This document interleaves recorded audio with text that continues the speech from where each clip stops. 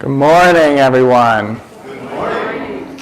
It's good to be back with you this morning. I'm the Reverend William Levwood. My pronouns are he and him. I'm the minister here at Accotink Unitarian Universalist Church.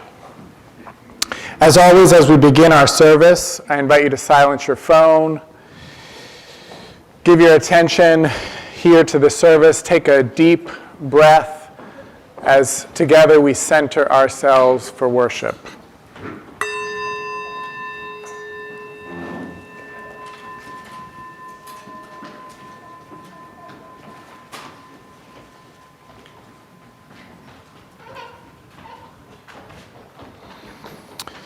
We open in welcome to the ancestral people of this land, acknowledging that our church, like all of Burke, rests on the unceded territory of the Manahoac tribe of the Great Sioux Nation. We seek healing and the realization of justice with the people of this land, who live on in their descendants, the present-day members of the Monacan Indian Nation, the Patawomac Indian Tribe of Virginia, and the Piscataway Indian Nation. We honor the ancestors as we move toward healing so that all together shall one day know full justice. Openness may not completely disarm prejudice, but it is a good place to start. Jason Collins, the first male athlete who outed himself as gay. Thank you. Great job.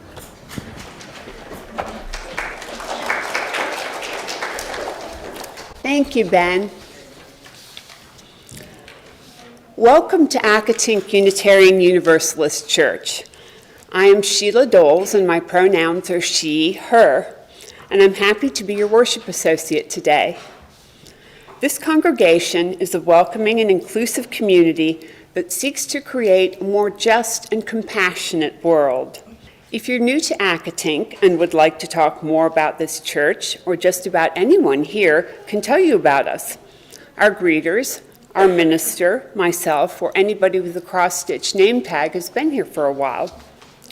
Whether you're a longtime member or a newcomer or something in between, we encourage you to stay for our social hour, online or in person, after the service. We're so delighted that you decided to join us today. Welcome.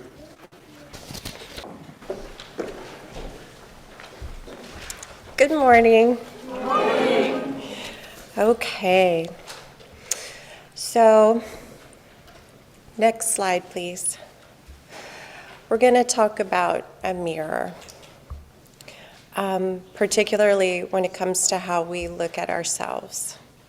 So when we look at ourselves in the mirror, do we see someone we love? Often we judge ourselves by what we don't like. You believe in the worth and dignity of every person and being. That is our first principle. We cherish our bodies as well as our souls. We can use our gifts to offer love, to work for justice, to heal injury, to create pleasure for ourselves and others. So how can we be so hard on ourselves? We can be harder on ourselves than on our best friend. Would you tease and treat your best friend with the same words as you say to yourself? I bet that you don't. The theme this month is love. And our lesson today in religious education is going to be about loving ourselves. It is a time to pause from those hurtful things we say to ourselves and add some love of self to our lives. Sometimes we hear words from others and make them our own. Others say they don't like a part of us when they tease. We hear things like, your nose is weird, or your hair is ridiculous. Sometimes those cruel words about and color of our skin as well, they affect us deeply. And now it's Black History Month, so this is a good opportunity that we recognize that the color of our skin can cause hurtful words. So it's time to add some love to ourselves. In religious education, we're going to read a book called Parker Curry Looks Up, An Extraordinary Moment. It is actually a story about a little girl who went to visit the Washington, D.C.'s National Portrait Gallery. There she was exposed to a portrait of First Lady Michelle Obama, and it changed her life. Thank you. Hi, I'm Dottie Smith. I'm introducing our speaker today for the Outreach Collection for February, OAR. Betty DiMatteo started at OAR 10 years ago as a volunteer. Now she's a case manager for court services.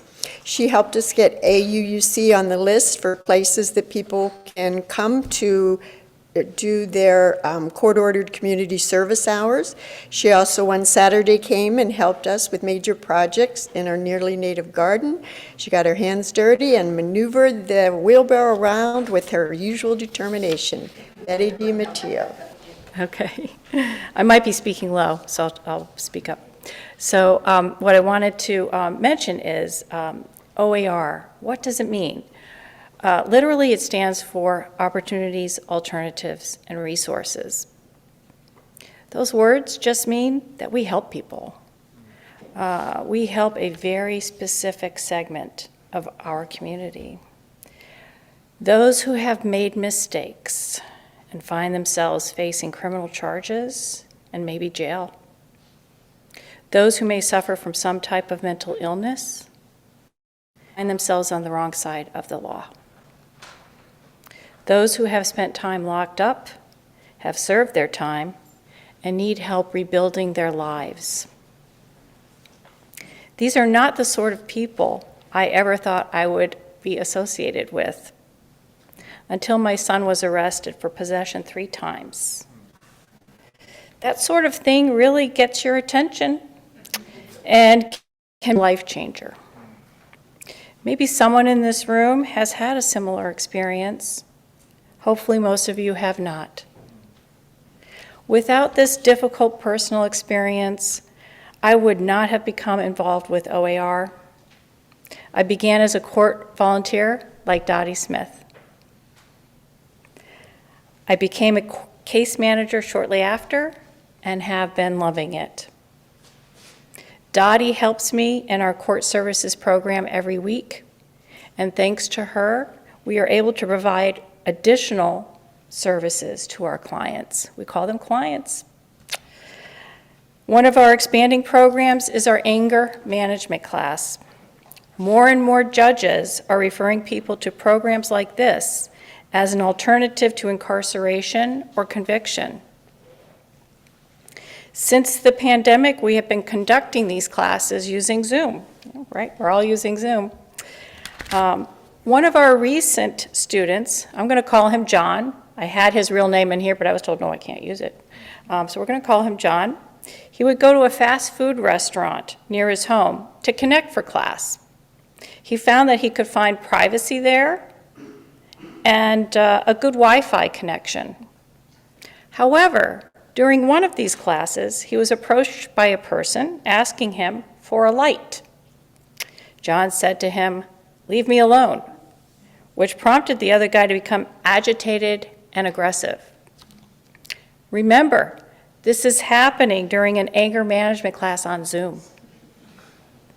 Many students in these classes have poor impulse control and are easily triggered, as in the case with John. Also remember that this altercation is happening in front of the entire class. A beautiful thing happened. The other students began to coach John about how to manage his emotions in order for him to handle the situation without escalating it. Unfortunately, the other person quickly pulled out a knife, which the whole class witnessed. The students continued to coach John, eventually convincing him to not only walk away, but to walk inside the restaurant and notify the manager that he needed help. In the community that we work with, especially men, this is an unusual response to feeling threatened. We are finding we have more referrals than we have room in our classes. We are training more instructors and more volunteers as co-facilitators. I'm aware that you have graciously and generously offered to take a special collection for OER this morning. We are so very grateful.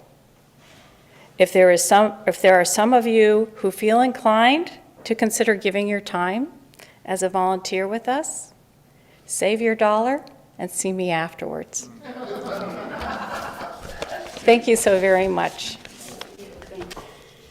An excerpt from The Art of Blessing the Day by Marge Piercy. The discipline of blessings is to taste each moment, the bitter, the sour, the sweet, and the salty, and be glad for what does not hurt. The art is in compressing attention to each little and big blossom of the tree of life, to let the tongue sing each fruit, its savor, its aroma, and its use. Attention is love, what we must give children, mothers, fathers, pets, our friends, the news, the woes of others.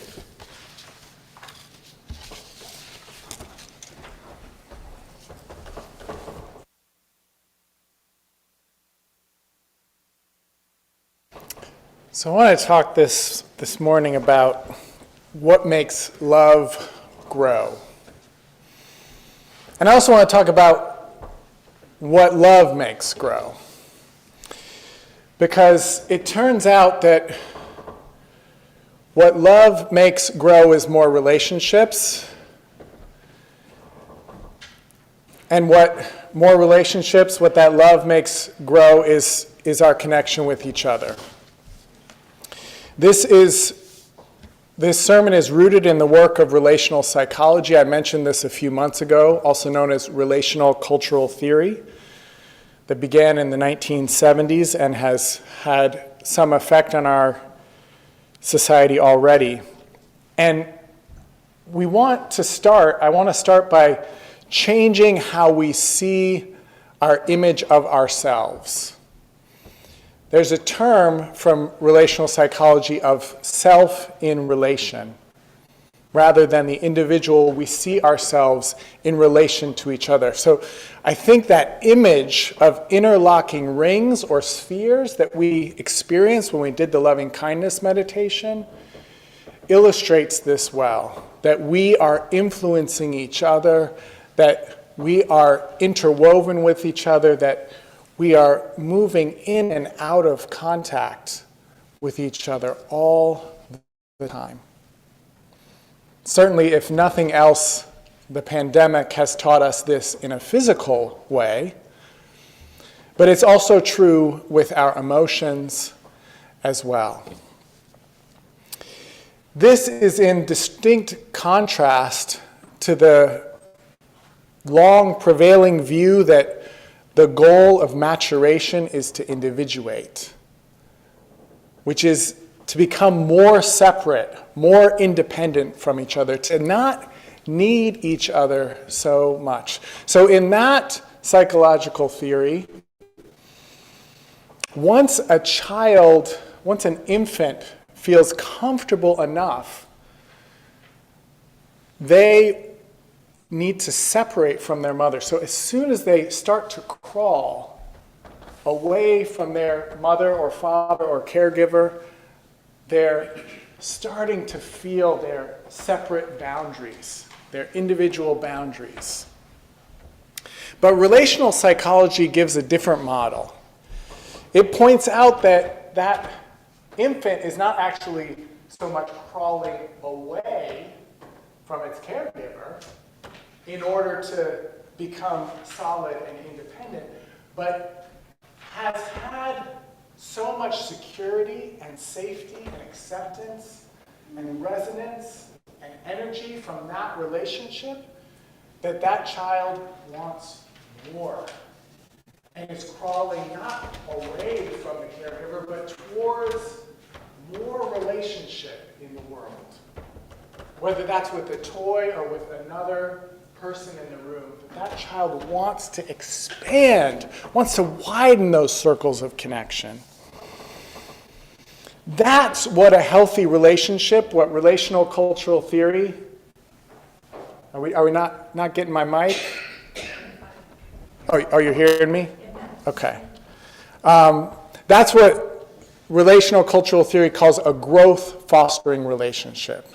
So what makes love grow is growth fostering relationships. You could say that that's synonymous with loving relationships, but we're going to talk more about what specifically makes a growth fostering relationship.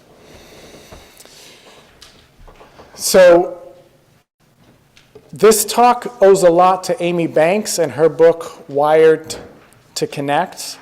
And she has something she calls the CARE program. Now that's an acronym. CARE stands for calm, accepting, resonant, and energizing.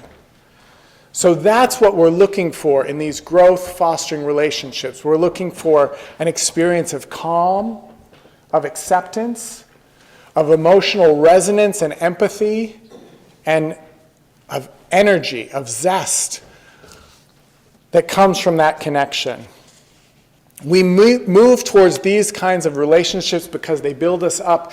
And it's wild, I think, that Amy Banks, what she's really saying here, she's saying that we're often told that the only person we can change is ourselves. But if we really take to heart this model of self in relationship and this way that we're interconnected and we affect and influence each other all the time, that we actually cannot be around a sad or a scared or an angry person without feeling that in our own bodies, then actually the best way to make change in our own lives is to engage in growth fostering relationships, is to seek out and increase the amount of time and attention we're giving to those relationships that calm us, that make us feel accepted, that where we have a sense of resonance and energy.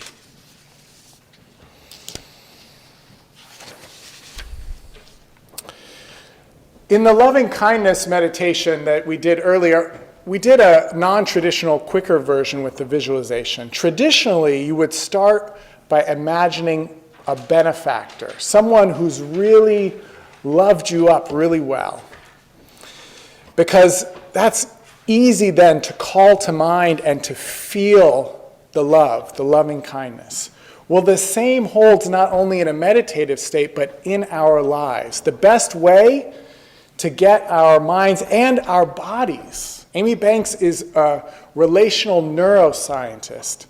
So the way to actually form the pathways in our bodies to be loving, to make love grow, is to be around people who make us feel calm, accepted, who are responsive to our needs and our feelings, who give us energy. That actually forms our neural pathways and makes us better able to embody those same qualities.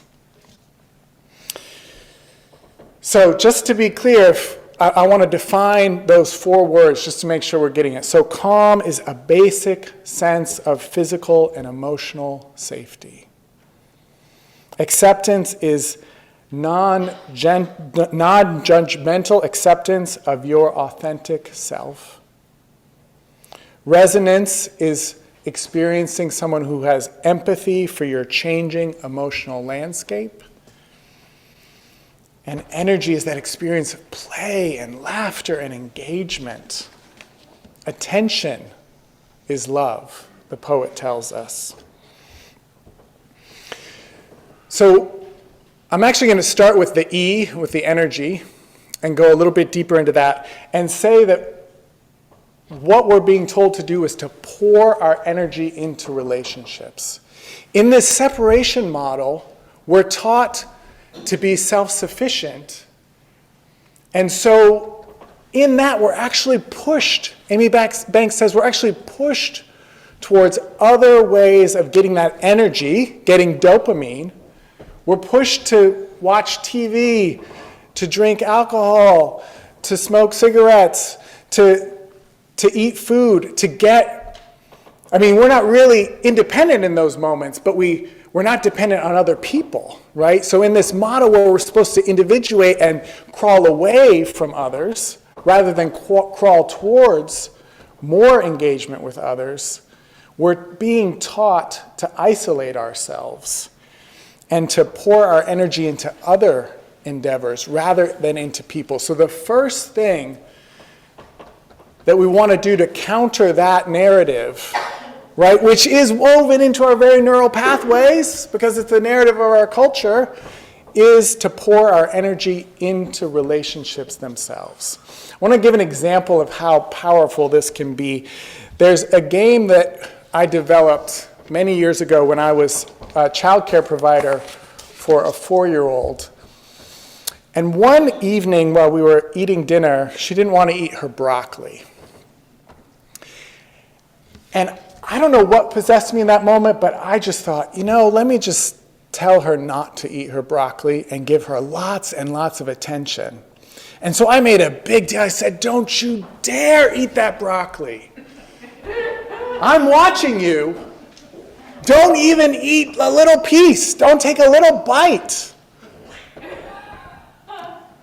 She ate the broccoli, let me tell you, with gusto, looking at me like, do you see, I'm eating it. And I was looking back, no, don't eat the broccoli. Because what she wanted more was the attention, more than she wanted to eat or not eat broccoli. Was the attention that is love, is the energy and the connection.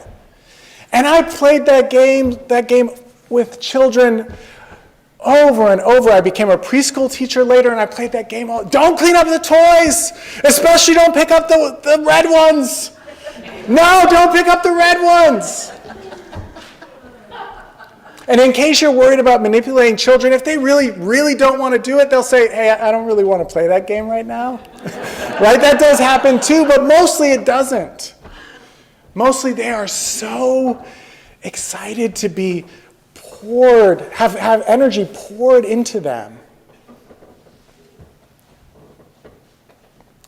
I played this game once with Sarah and Hannah Larson, 2 children of this church. They were talking about not eating broccoli. And I said, when you go home today, don't eat your broccoli. And I have to tell you, for weeks, for months after that, they would come up to me here in the sanctuary or outside whenever they saw me, and they would say, we're eating our broccoli, Rev. We're eating our broccoli. I said, but don't eat your squash. Don't eat your carrots. I said, no, we're eating that too, right?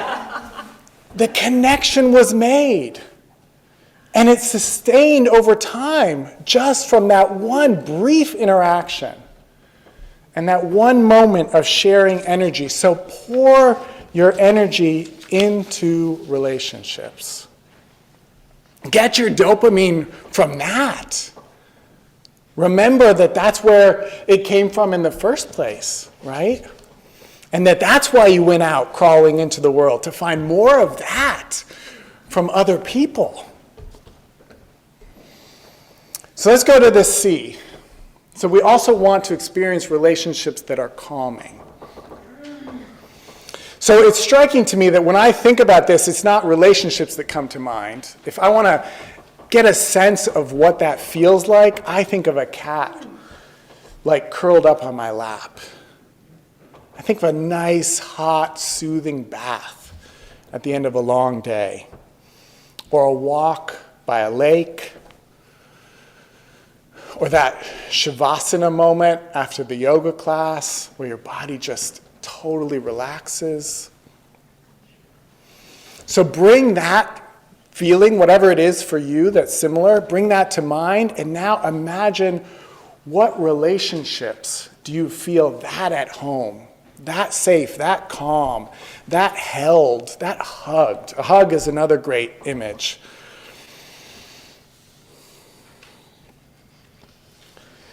You all know, if you were here on Christmas Eve, that I got really into hygge, this Danish concept of cozy togetherness.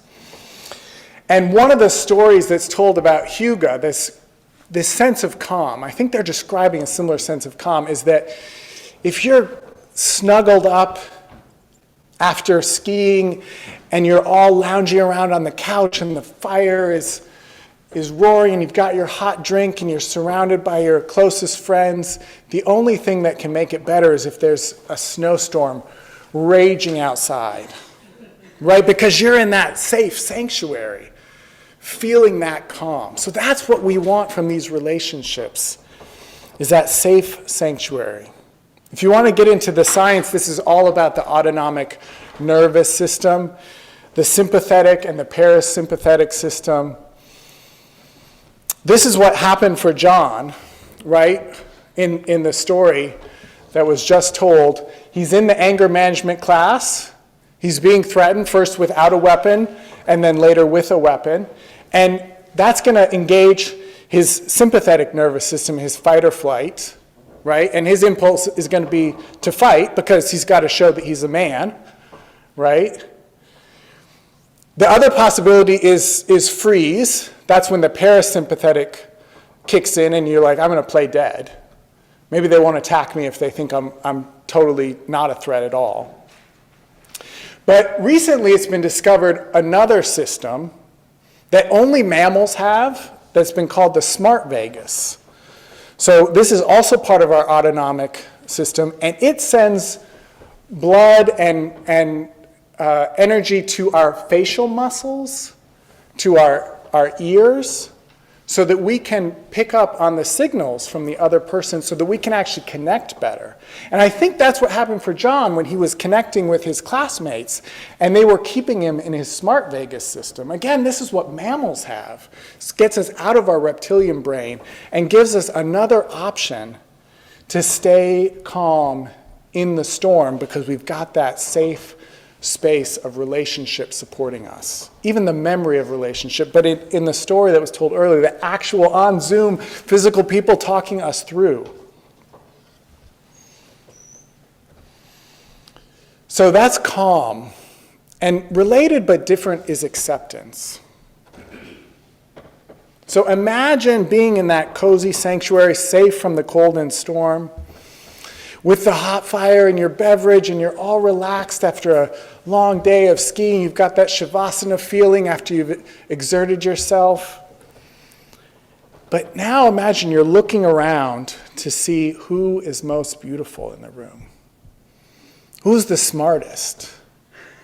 Who's funnier than me? Can I make a comment that notches me up a little bit more in this social hierarchy that's funny? It doesn't feel so cozy and hygge-like anymore, does it? So that's what acceptance is about. And what's been found is that there is a part of our brain, the dorsal anterior cingulate cortex, that fires when we feel physical pain. So if you stub your toe, that part of your brain fires. If you break your arm, that part of your brain fires. But if you feel socially excluded, if you're feeling social pain, it also fires. Just as if you were feeling physical pain, just as if you stubbed your toe or broken your arm. So, and on the continuum, right, you can imagine that you can be completely excluded, or you can be seeing where do I fit in this stratified society where we're taught all this hierarchy of who's most beautiful and who's smartest and who's dressed the best, and race and gender and all those isms get into this too, right, and create this hierarchy, and then we don't feel accepted. We don't feel like we can be ourselves. We're just trying to do that fake fitting in, to figure out where am I in that human hierarchy. So to go back to hygge for a moment, I got really excited because there's a point in the book I was reading that says that hygge hair, to do your hair in hygge style, is just like to get out of bed with your bedhead and like go out on the street. And I was like, oh, that's awesome. I like that. And my wife and my child were like, no, comb your hair. My daughter, we're on the way to school. She's like, please put on a hat. Daddy, please don't let them see you like that. But I was like, yes, I have justification for this hygge hair now, right? I can wear my messy hair. But I didn't get what's the connection?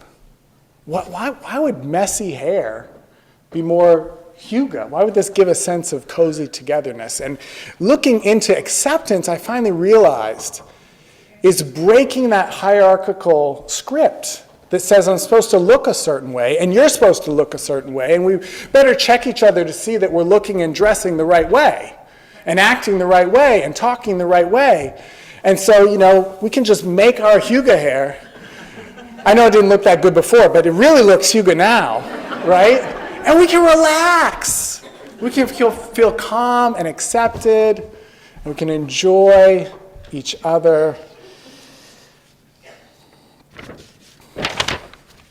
I'm going to leave my hair like this. Just for those of you who need a little work on your non-judgmentalness, you can work on it through the rest of the sermon. I know it's tough. But each of us has different areas we need more work, so if you're struggling with my hygge hair, you've probably got to work on your acceptance. I got to work on something else. It's not the acceptance for me. Your mirror neurons are like looking at my hair, and you're like, does my hair look like that? That's what we're going to talk about next, which is mirror neurons. And actually, you have a whole system, right? So we've learned that there's a whole system of mirror neurons. It affects, when you see me grasp like this, your brain, it's as if you're grasping. But also, not only is action, but sensation, the tightness, is also in a different part of your brain being mirrored. And whatever emotional quality I'm experiencing is also being communicated and mirrored in another part of your brain. So there's all these systems of your brain that are working to mirror and get a sense of what am I feeling. Now, it's really good there's two parts to this. What we might call empathy and insight. So empathy is the ability to feel what another person is feeling. Insight is to put the correct meaning onto it. They don't always go together. So you might see that I'm like this, and you're like, oh, he's really scared. He's really nervous right now. But maybe I'm excited and enjoying standing up in front of you. Or maybe I'm just moving my hands around to make a point. But you see that there's these two parts, empathy and insight. And I mentioned that this is forming our neurons. So if we're around people who are not reading us, who are not resonating with us, or not understanding what's going on in our body, there's no mirrors, actually, other than each other, right? In everyday life, we're each other's mirror. So if we're getting mirrored back a misfire, then we're not learning how to read each other well. So again, the best way to change those neural pathways and become more resonant in your relationships is to spend more time with the people that are good at that you feel that resonance. And this is that moment, right, when in the joke about the breakup, when the person says, it's not you, it's me, right? And the truth is, it's not you or me, right? So if there's someone you resonate with, I might not resonate that well with them, right? So this isn't a judgment about people. This is about moving towards those relationships. And the better we get, the more we can spread that out into the world, right? So you start in loving kindness meditation with the benefactor, with the person who's poured love onto you, but then you move on to someone you have more mixed feelings about. Then you move on to a stranger on the street, and then you move on to a really difficult person. So I'm not saying that we close ranks and only spend time with those people who make us feel good, but that is a good way to rewire ourselves so that the love can grow. Because we don't change by ourselves. In fact, Amy Banks points out that isolation is so awful for human beings that we use it as the last resort in prisons. Solitary confinement, which people are working to get taken away, and there's a good chance that it might get taken away by the Virginia legislature. So write your letters, make your phone calls, give them that last push so that we can get rid of solitary confinement, because it's torturous to be alone. It's the absolute worst thing we can do to another person. We don't change alone. We change in relationship.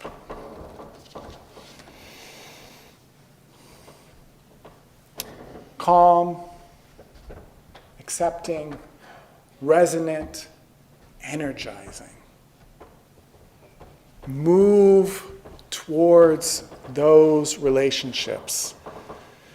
Move towards those growth-fostering relationships. Think about who those people are and spend more time with them. Give more attention to them. Play the don't game with them. Whatever it is, move into more relationship. And then those interlocking connections can help us grow and change, and we can build, we can bring more love, we can make the love grow all together. We're not crawling away from each other. We're crawling towards each other. I want to close by just talking about power a little bit. So it's maybe hard to see the connection between this, it seems like power within, right? If we're talking about this independence and this boundedness. But let's say you and I have a conflict and we want two different things, and we're just these tanks bounded together. Well, then the only way that I can get what I want is to have power over you. The only way you can get what you want is to have power over me. But Jean Baker Miller, one of the founders of relational cultural theory, says that power, we should revision what power is. Power is the ability to move others and to be moved by others. Power is not that person with the knife. It's the people in the Zoom class who are able to move John, and John's ability to be moved by them and be able to change his behavior. That's the real power. So let us move towards power in relationship, power with, and change each other and make love grow by loving each other, by embodying calmness and acceptance and resonance and energy. And if my Huga hair is still bothering you, find somebody who's really good at acceptance and spend time with them and be mentored by being around them, right? If you feel like you're in fight or flight all the time, find that really calming presence, or take a bath, or sit with that cat. If you need to read people better, you know who's really good at that. You know those emotional intelligence experts among you. Go spend time with them. Pour your energy into relationship and starve those other pathways that are ingrained in wanting to do things the way you've always done them. Though we will extinguish our chalice flame, we carry within us what we kindled, the light of inspiration, the warmth of compassion, the fire of commitment. May we bring these gifts into our lives and share them radiantly out into the world. I invite you now to extend your hands here or at home and join me in our community blessing with these words of David Bumbaugh. This church is dedicated to the proposition that behind all our differences and beneath all our diversity, there is a unity that makes us one and binds us forever together in spite of time, death, and the space between the stars. We pause now in silent witness to that unity. We'll close with these words from UU minister, the Reverend Wayne B. Arneson. Take courage, friends. The way is often hard, the path is never clear, and the stakes are very high. Take courage, for deep down there is another truth. You are not alone.